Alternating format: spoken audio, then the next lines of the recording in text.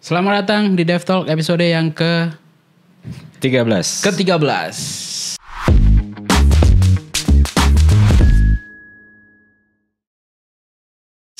Akhirnya setelah sekian minggu, setelah sekian apalagi Purnama. Akhirnya Jauh. kembali lagi kita berdua Dev Talk. Bagi yang belum kenal mungkin di sini saya Deden dan Saya Alfian. Kembali menemani malam Malam benar. Kamis ya sekarang. Ya, benar. Betul. Sangat pas. Jadi tapping sejam yang lalu langsung upload. Mantap memang. Emang. Editornya, respect. Oke, kita mau bahas apa nih di Dev Talk sekarang? Oke, kita mau sebenarnya Dev Talk ini lama-lama kita jadi ganti nama. Dev AI nanti. Dev AI. AI Talk nanti. Iya. Kenapa tuh?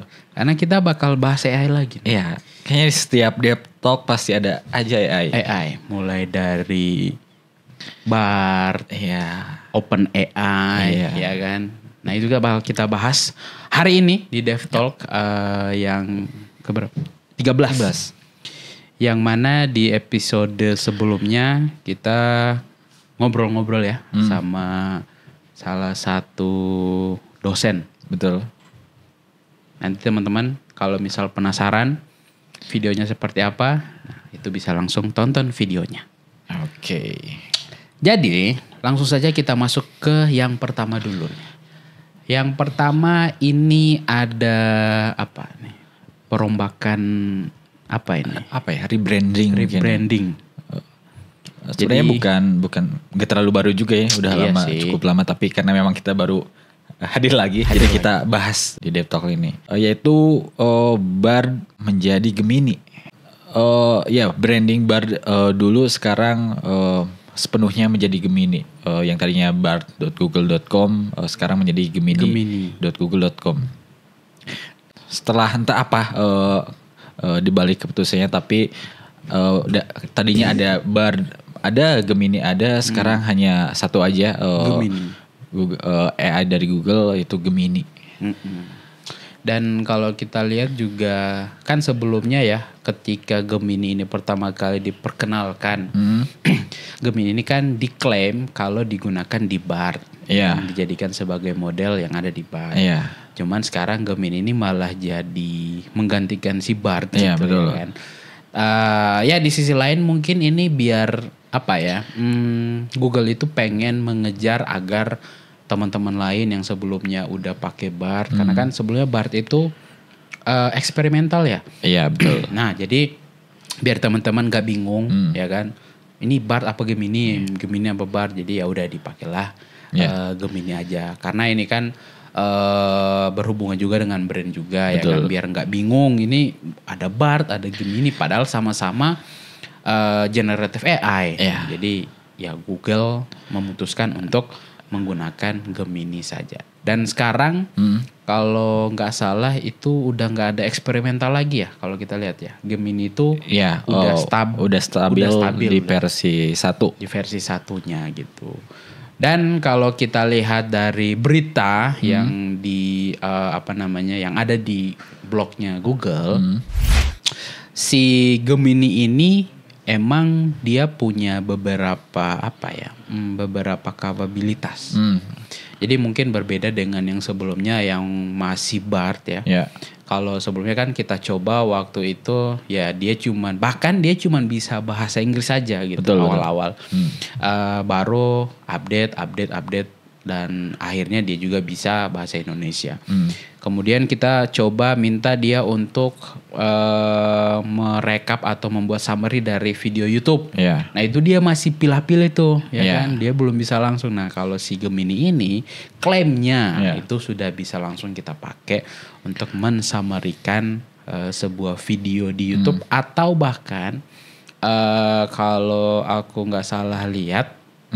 Itu dia bisa mensummarikan sebuah video yang bukan dari YouTube. Gitu. Sini kalau kita lihat ada introducing Gemini Advanced. Dan kalau kita lihat juga di sini itu biasa ya. Apa? Pricing. Ya, betul. Dan ya tentunya Google akhirnya yakin ya pengen buat generatif AI-nya itu berbayar ya. Yang sebelumnya mungkin ya bisa kita nikmatin secara gratis ya, walaupun dengan hasil yang bisa dibilang juga perlu kita cross check lebih lanjut lagi gitu. Betul. Dan Gemini sendiri itu sekarang ada tiga jenis, yang masing-masingnya punya kapabilitas masing-masing ya. Ada Gemini Nano, ada Gemini Pro dan Ultra. Nah, Gemini Nano itu digunakan kalau nggak salah dikhususkan atau diperuntukkan untuk mobile built-in yang bisa diakses langsung dari mobile kayak Samsung Galaxy Ultra kemarin yang udah pernah dibahas itu juga pakai Gemini Nano gitu. Kalau Gemini Pro itu yang sekarang bisa teman-teman coba di websitenya Gemini di gemini.google.com itu bisa digunakan secara gratis Gemini Pro ini. Dan kalau perbandingannya Gemini Pro ini ya kurang lebih mirip-mirip sama ChatGPT 3,5. Nah, yang terakhir Gemini Ultra yang disebutkan most capable generative AI dari Google itu yang berbayar atau yang ya paling jago lah atau ya bisa head to head sama ChatGPT 4 gitu. Dan kalau kita lihat juga ya dari preview perubahan dari Bard ke Gemini, salah satu hal yang menarik itu adalah si Gemini itu bisa dijalankan langsung di beberapa produk Google Workspace. Misal kalau kita mau jalanin di Google Docs, dia bisa bikin MOM, itu dia bisa. Yang tentunya dia bakal mensamarikan via Google Meet. Kemudian ada juga Google Slide, di mana kita bisa ngasih prompt, kita pengen slide seperti apa itu bisa dibikin sama dia juga. Kemudian yang paling menarik itu adalah kalau aku lihat di video previewnya itu ketika kita mau nulis email. Kalau misal kita mau nulis email kan ya namanya komunikasi di email kan harus formal ya. Maksudnya agar informasi yang kita berikan itu jelas gitu dan detail. Nah, makanya si Gemini ini dia bisa membantu kita untuk menuliskan draft email yang tentunya perlu kita sesuaikan lagi gitu. Tapi itu cukup cukup bagus juga ya, dimana kalau misal kita mau pakai ChatGPT, yaitu dia platform terpisah gitu, yang artinya mungkin dari segi ekosistem kita harus pindah-pindah. Misal kalau kita subscribe ChatGPT, kita mau nulis atau mau minta MOM, dibuatkan MOM, kita tulis di ChatGPT, dia generate, kita pindah lagi ke somewhere yang dimana. Tapi kalau Gemini ini itu karena dia Google ya, makanya diterapin ke beberapa produk Google Workspace, dan itu sekarang udah bisa langsung digunakan bagi yang subscribe. Nah, sekarang Gemini Ultra bisa teman-teman coba, bahkan bisa dicoba secara gratis lewat trial via Google One ya. Jadi teman-teman sekarang bisa lewat gemini.google.com terus yang pilih Expense atau ke Google One sendiri ada pilihan buat coba trial 2 bulan gratis. Dan seperti yang tadi Mas Alfian bilang bahwa salah satu kelebihannya mungkin ya jika dibandingkan dengan ChatGPT yaitu ekosistem yang lebih terintegrasi dengan Google Workspace dan ya link yang berkaitan dengan Google gitu, bisa dari YouTube dan lain-lain gitu.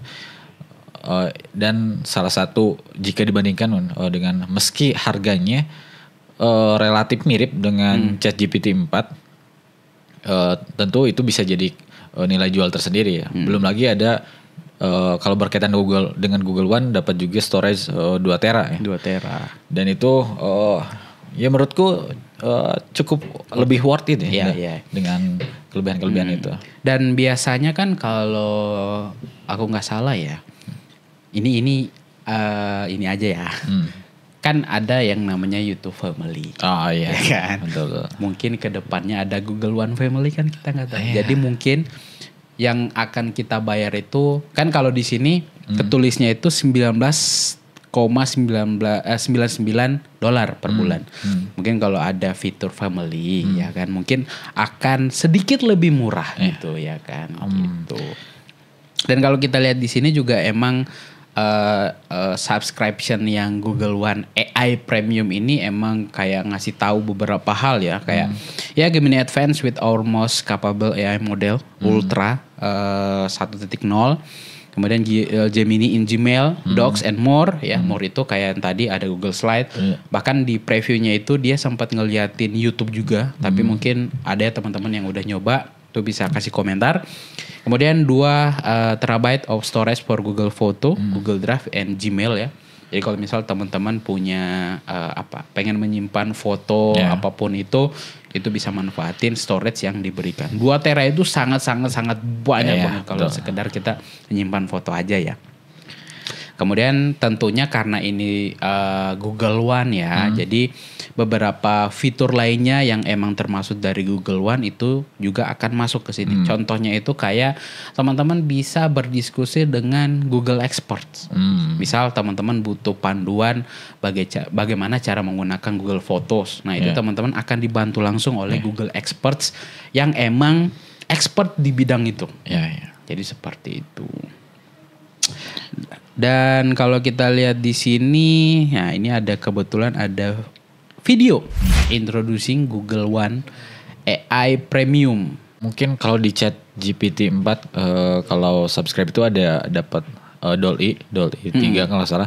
Dan di Gemini Ultra pun sebenarnya bisa generate image. Dan itu ya jika dibandingkan head to head masih sedikit menang si Gemini ini dengan beberapa kelebihan tadi sih. Ya walaupun kemarin sempat ada sesuatu lah ya terkait image tentu, generation.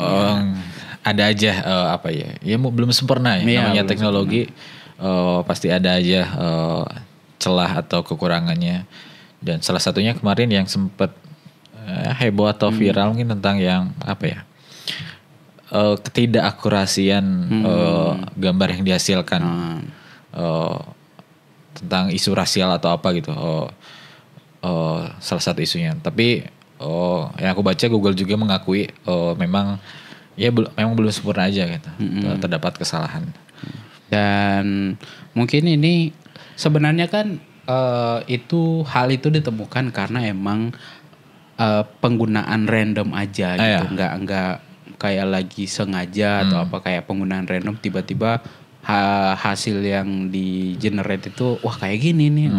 Dan ya namanya sebuah produk ya kalau udah di tangan end user itu kita udah di luar kontrol kita gitu. Jadi menarik juga ya bagaimana Google menanggapi hal tersebut dan semoga ini bisa jadi pelajaran kita. Ya kita menggunakan hal-hal yang berbau AI ini ya dengan bijak gitu. Jangan sampai kita menggunakannya dengan gak hati-hati ya dalam tanda kutip. Kemudian kita menyalahkan si Google-nya gitu. Karena kan ya sangat disayangkan gitu. Kita yang kayak nggak menggunakan dengan bijak, tapi kita menyalahkan si platformnya gitu. Itu semoga nggak ada lagi gitu. Betul. Tapi ada keinginan untuk subscribe? Nah, sebenarnya aku baru aja coba yang trial itu. Wah, lanjut. Ya nggak tahu kalau lanjut, tapi emang cukup pricey sih. Cukup pricey. $19, $13 lah ya. Kan $19.99. $13. Berapa tuh $13? $20, sorry. Nah, si ChatGPT itu $20 pas si Gemini ini 19, sekian kan, lebih murah sedikit sebenarnya. Ya sekitar 300 ribuan lebih sih. Ya. Tapi emang kalau dibanding benefitnya ya worth it sih, cuma Ya kita lihat 300.000. Iya, 300.000. 300.000 bebek bisa berapa kali tuh? Ada. Jadi kayak gitu ya teman-teman. Ya tentunya ketika kita subscribe hal-hal yang seperti ini itu tentunya manfaatnya akan lebih banyak. Itu yang pertama. Yang kedua, ini akan memudahkan beberapa pekerjaan kita juga gitu. Apalagi kalau misal kita itu berhubungan, apa yang kita kerjakan itu berhubungan dengan dunia kreatif, ya kan. Bisa aja si Gemini ini kita jadikan sebagai tandem kita untuk mencari ide, ya kan, mencari apa, brainstorming. Ya, jadi mungkin ya teman-teman editor yang ada di belakang layar ya nggak perlu khawatir ya untuk tergantikan. Jadi seperti itu. Nah, ngomongin soal generatif AI, ada apa lagi nih? Jadi seperti biasa ya, kalau kita ngebahas AI itu pasti nggak jauh-jauh dari yang namanya OpenAI. Ya, salah satu perusahaan apa ya, pionir atau yang top of mind-nya. Ya, generatif AI, ya ChatGPT. Bahkan banyak kan kayak perusahaan-perusahaan yang gimmick punya AI, tapi jalannya di atas OpenAI gitu ya kan. Pakai API OpenAI gitu.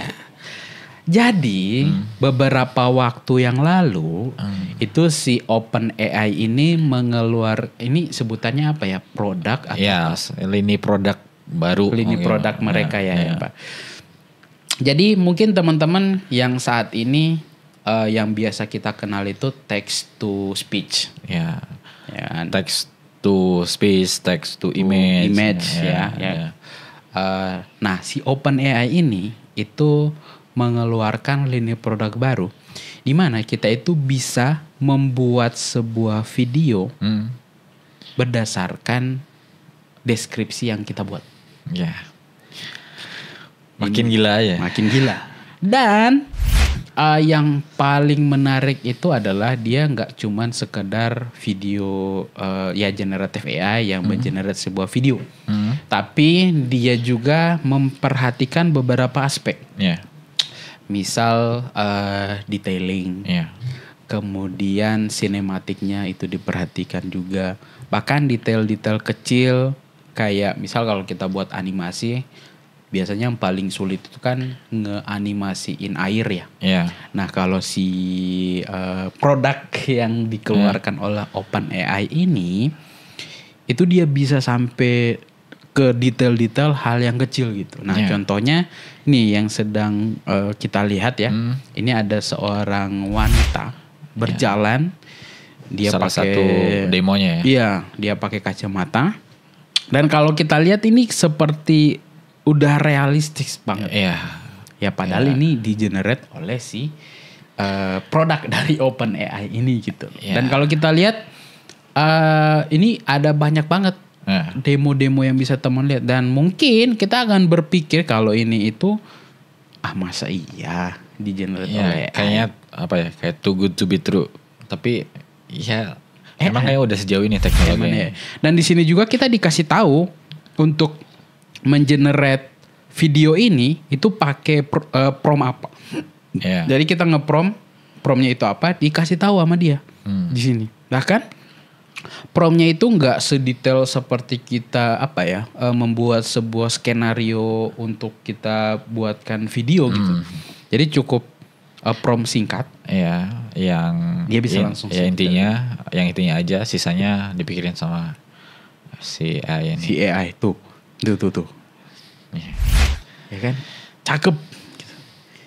Tuh ada juga yang emang sifatnya fantasi sih. Cuman hasil generate-nya itu mantap gitu, dari ekspresi, dari environment itu sangat-sangat bagus gitu. Apakah teman-teman yang lagi di belakang layar merasa terancam? Nah, kita nggak tahu. Tapi kayaknya masih jauh lah. Jauh, dan kayaknya nggak akan sepenuhnya menggantikan. Sama halnya kayak ChatGPT atau generate image, kayaknya statusnya saat ini kemungkinan besar atau cocoknya hanya untuk referensi, brainstorming gitu. Kalau memang ada juga yang menggunakan sebagai production, sebagai konten, tapi untuk video ini kayaknya masih jauh untuk ke sana. Nah, ngomongin produk, nama produknya apa? Ya, Sora ya. Sora AI. Betul. Jadi kalau teman-teman penasaran, ya pengen melihat cuplikan hasil generate dari si Sora AI ini, itu betul. Bisa langsung ke openai.com/Sora. Betul. Jadi seperti ini. Ini ada, kalau aku nggak salah, dia itu tiap minggu itu kayak ngasih lihat demo yang baru. Jadi tiap minggu itu pasti ada video baru hasil generate dari si AI ini gitu. Dan setelah dari awal kemunculan atau diumumkannya, statusnya itu saat ini masih research ya. Research. Demo-demo itu belum bisa diakses secara publik, apalagi komersial. Dan salah satu yang yang mungkin sekarang itu kan kalau misal kita mau nanya ChatGPT itu kan kayak ada platformnya kan, kayak ada form atau field di mana kita nulis prompt di situ, kemudian dihasilkan.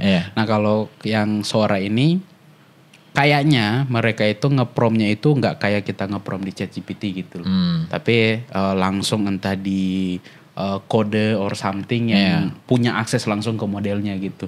Makanya mereka bisa mengenerate hal-hal atau video yang sangat realistis gitu. Bahkan ada yang sempat bikin, jadi dia coba generate dulu di ChatGPT, di Sora, kemudian dia bikin versi yang dibikin manual gitu. Itu dari segi realistisnya itu menang si Sora. Gitu. Karena emang si Sora ini kan yaitu tadi gitu. Dia AI dan dia bisa mengenerate hal-hal yang kayaknya agak sulit kalau misal kita lakuin secara manual gitu. Di luar nalar. Ya, mungkin kalau kita lakuin secara manual kita bisa manfaatin green screen atau something yang bisa mendukung itu. Tapi Sora bisa sudah sampai segini gitu. Ya, ini masih tahap awal ya dari si Sora ya. Kita nggak tahu ke depannya itu mungkin si OpenAI bahkan bikin film yang mana itu full generated dari Sora gitu. Ya itu di sisi lain menarik, tapi di sisi lain nggak tahu ya. Ya patut ditunggu aja sih ke depannya gimana. Ya semoga semua sebenarnya balik lagi ke bagaimana kita menggunakan teknologi ini. Karena sekarang itu kan beberapa waktu lalu bahkan kita itu kan sempat dihebohkan dengan deep fakes AI. Itu kan sangat berbahaya ya. Apalagi ditambah dengan Sora ini gitu. Nah itu mungkin tinggal kebijaksanaan dari kita aja menggunakan teknologi seperti ini. Mungkin kita sebagai penggiat teknologi yang sempat digembar-gembor akan digantikan oleh ini, digantikan oleh itu. Ya itu mah balik lagi ya ke kita bagaimana menanggapi teknologi tersebut. Ya selama masih bisa membantu ya sah-sah aja. Bahkan aku sendiri pun kadang menggunakan ChatGPT untuk nanya, untuk minta pendapat, bahkan untuk diajak ngobrol hal random pun bisa gitu. Dan gak merasa wah kok dia bisa menggantikan aku. Dan pada akhirnya keputusan akhirnya tetap di kita ya. Meski misalnya ChatGPT ngasih rekomendasi berbagai hal keputusan, tapi tetap aja keputusan akhirnya tetap di kita. Gokil. Dan sebenarnya ada satu lagi aku nggak tahu itu masih bagian dari Sora apa enggak. Jadi beberapa hari yang lalu di Twitter dia itu nggak cuma generate image. Jadi dia punya video itu dijadiin sebagai aset, dia kasih prompt dan video itu jadi seperti yang dia kasih di prompt. Kasih bahan terus kayak semacam diedit gitu. Diedit.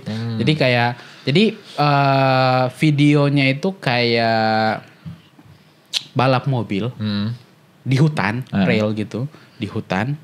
Itu dijadiin sebagai aset terus dikasih prompt. dia minta kalau suasananya itu diganti jadi jalanan umum. Dan jadi gitu. Gila sih. Dan jadi. Dan itu wow gitu.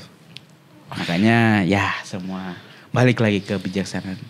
Mungkin ada beberapa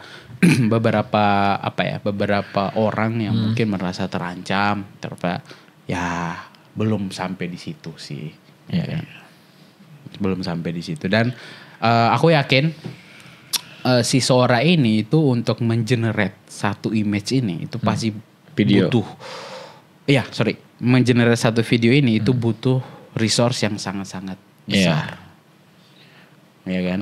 Apalagi video harusnya nggak tahu pakai GPU mungkin. Ya. Dengan kualitas seperti ini, kemudian mungkin kalau kita lihat dari segi FPS juga ini antara 60-an, ya, 60-an FPS.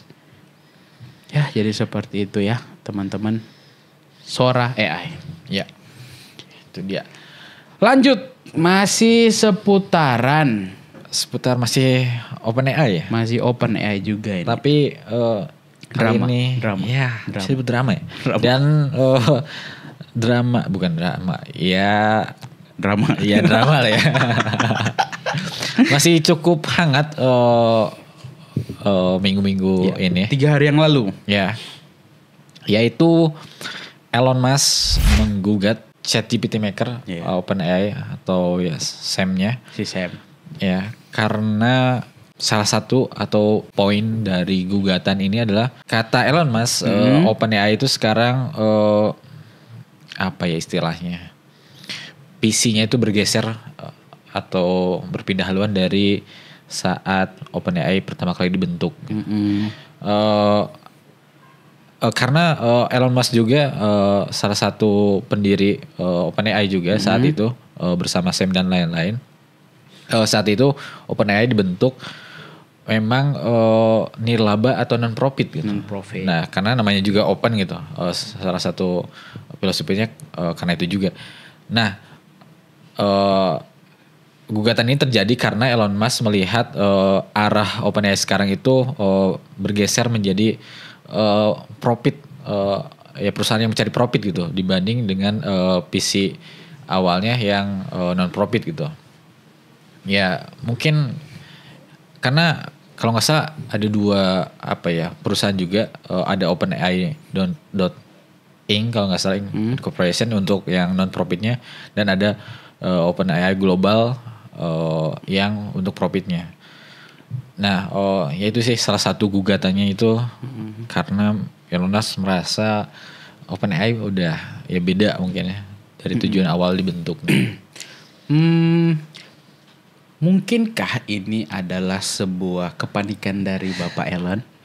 Ya, entahlah, tapi ya salah satu atau isi gugatannya ya menurutku cukup make sense atau valid juga karena ya orang Elon Musk salah satu bagian pendirinya gitu, dia juga mungkin yang salah satu yang membuat PC-nya ke depannya gimana, tapi setelah sekarang mungkin beda gitu. Dan si Elon itu kan sekarang megang X ya.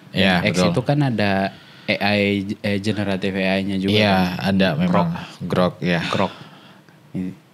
Iya, Grok. Why Elon? Grok. Ya.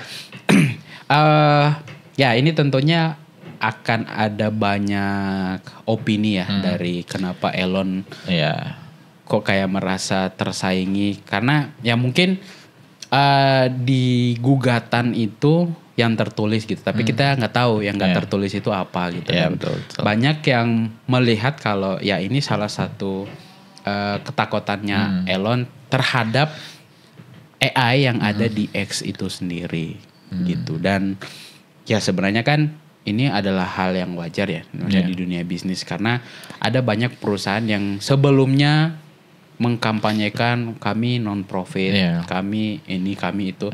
Tapi pada akhirnya ketika mereka merasakan profit, mereka naikkan value perusahaannya mereka untuk entah untuk bisnis, entah untuk apa gitu. Menurutku ini ya Iya, bisnis namanya. Bisnis gitu.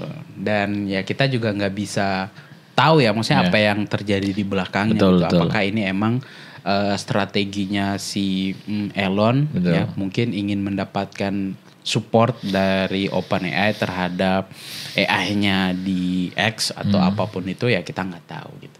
Cuman emang banyak yang bilang kalau ya ini kayak ketakutannya Elon terhadap OpenAI. Dan ketakutannya di sini bukan berarti takut akan menyaingi tapi ya ketakutan terhadap ya visi. Ini kita kayak kalau lagi ngomongin tentang bisnis, visinya udah beda. Ketika perbedaan visi ini pasti kan ada dampaknya tuh. Ketakutannya Elon itu ya di situ tadi. Kedepannya si OpenAI ini malah akan dikontrol dari luar, bukan dari dalam. Iya, visinya kayak mungkin takutnya visi diarahkan oleh investor atau kebutuhannya. Iya. Karena kan kalau misal udah dikontrol sama investor ya kita udah nggak bisa ngapa-ngapain. Iya. Semua kemauan investor. Sora nggak boleh ada yang free, bayar semua. Orang pasti rela bayar dengan hasil yang ciamik itu gitu, ya kan? Pasti orang nggak bakal udah langsung gitu. Mungkin mereka bisa ngasih trial ya kan buat ngetes dan sebagainya. Cuman ya pasti akan bayar juga gitu ketika hasil yang dihasilkan make sense gitu untuk worth it untuk kita mungkin orang-orang yang bergelut di dunia kreatif gitu. Betul. Jadi seperti itu. Dan ya kita bisa bisa berkaca lagi ya dari kejadian ini mungkin ya semua gara-gara AI. Ya kita lihat ke depannya apa yang terjadi di dunia AI. Pasti akan selalu ada update atau ya hal-hal yang baru yang menarik entah dari Google, OpenAI atau pendatang baru. We'll see. Oke, paling itu aja mungkin bahasan kita tentang AI. Ya, betul. Ini besok ganti aja AI Talk. AI Talk. Nanti yang nggak berhubungan dengan AI jadi ini aja pemanis. Gitu. AI Talk. Bagus sih AI Talks. Oke, mungkin kalau teman bosan dengan AI mungkin ada saran kita pengen bahas apa. Drop komen aja. Drop di komen. Misal teman-teman pengen bahas gimana cara A, cara B yang tentunya berhubungan dengan teknologi. Iya, atau mungkin teman-teman pengen kita ngundang bintang tamu atau kita ngobrol dengan siapa kayak kemarin dengan Mas Sandika Gali. Dengan insight-insight developer. Silakan komen aja. Silakan di komen aja. Oke, paling itu aja yang bisa kita bahas ya di DevTalk yang ke-13 ya. Masih seputaran AI. Kalau teman-teman ada bahasan-bahasan menarik yang mungkin bisa kita ulik, itu silakan dikasih di kolom komentar. Oke, paling itu aja mungkin. Sampai jumpa di episode berikutnya di DevTalk episode 14. Bye-bye.